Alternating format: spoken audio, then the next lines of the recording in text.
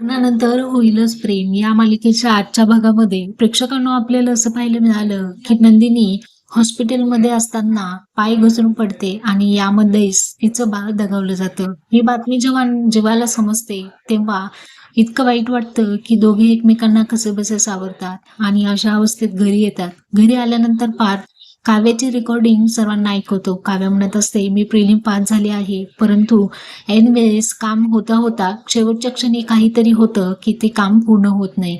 परंतु आता तसं होणार नाही. नंदिनी म्हणते, म्हणजे आता काव्याला मीच बळ द्यायला हवा आहे. स्वतःचं दुःख लपवून नंदिनी आणि जेव्हा पुन्हा त्यांच्या रूममध्ये येतात. रूममध्ये आल्यानंतर जो पाळणा असतो, बाळाचे स्वप्न पाहिलेले एक एक क्षण त्यांना आठवू लागतात आणि दोघंही एकमेकांच्या गळा पडून रडू लागतात. कसेबसे ते दोघं सावरण्याचा प्रयत्न करत असतात. नंदिनी आणि जेव्हा यांच्या आयुष्यातील सर्वात कठीण काळ म्हणजे हा असतो. त्यांचं बाळ दगावलं गेल्यामुळे